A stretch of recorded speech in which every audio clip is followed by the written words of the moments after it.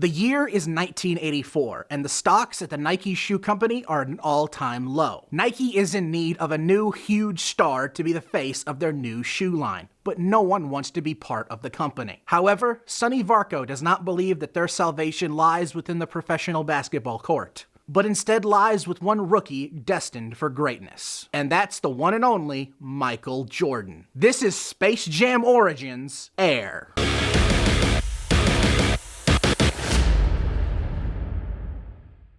Air is the latest film from director Ben Affleck. And yes, I know it has a lot of different titles. The poster has a different title from, I think, the trailer that I used in this video, but whatever. It's an Amazon movie that got put into theaters. I'm just surprised it made it that far. And it's the film about Michael Jordan, or at least his shoes. If my knowledge on football at my 80 for Brady review is any indication, I don't know much about sports, and I know even less about basketball. Luckily for me, however, this film isn't solely about basketball. That was a pun there, by the way. But how is the Ben Affleck Air Jordan movie? It's a slam dunk.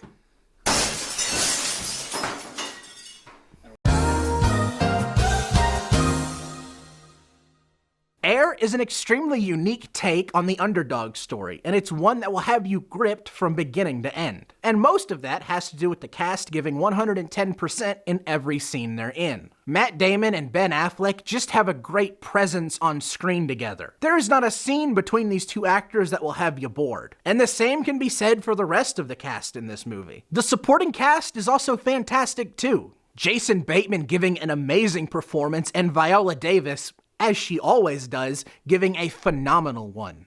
But probably my favorite performance in the film was Chris Messina's, mainly because he gives one of the best over-the-phone rants since Tom Cruise in Tropic Thunder. That scene was so good, but it surprised me just how much I was into this story, and I think a lot of that has to do with the fantastic performances all of these actors are giving. Although I have to admit, in any movie he's in, Chris Tucker as an actor is one I have to get used to. He's great in the movie, don't get me wrong, but his performances are always ones that take me a second to get into. Now, you may hear people say this is the Michael Jordan movie, and well, that isn't exactly the case. This film is far from a Michael Jordan biopic, but hey, give it a few years, you'll probably get one of those anyway. But it's a remarkably interesting twist on the biopic genre. The characters Matt Damon, Ben Affleck, Jason Bateman play in the movie were real people. And I imagine most people don't know that. At least, I didn't know that. But hey, if my knowledge on basketball is here, my knowledge on shoes is here.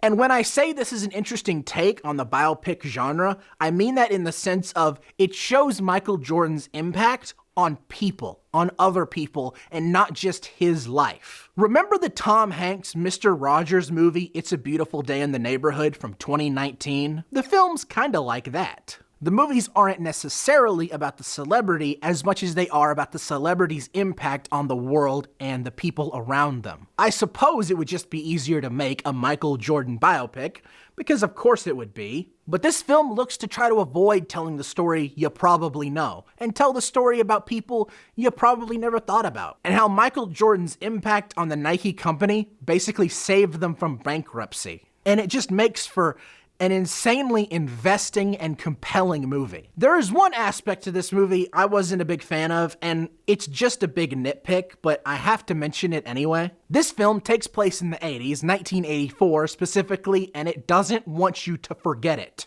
This movie may very well be the peak of 80s nostalgia in media. The soundtrack of the movie's great, but I don't think this movie went 5 minutes without reminding you, hey, we take place in the 80s. Don't you forget it. But aside from that one very minor nitpick, this movie's still pretty freaking great. I wouldn't be surprised if this is an early Oscar contender. I don't really like making those calls because I'm wrong 90% of the time. But it was a great film that had this basketball novice and Shuby enthralled the entire time. I hope you all enjoyed this review, and if you did, please consider hitting that like button, and if you want to see more, hit that subscribe button and ring that bell to be notified when my next review drops. Oh, and by the way, check out the website. Until next time, I'm Quint Dunaway, hoping you will keep it cinematic.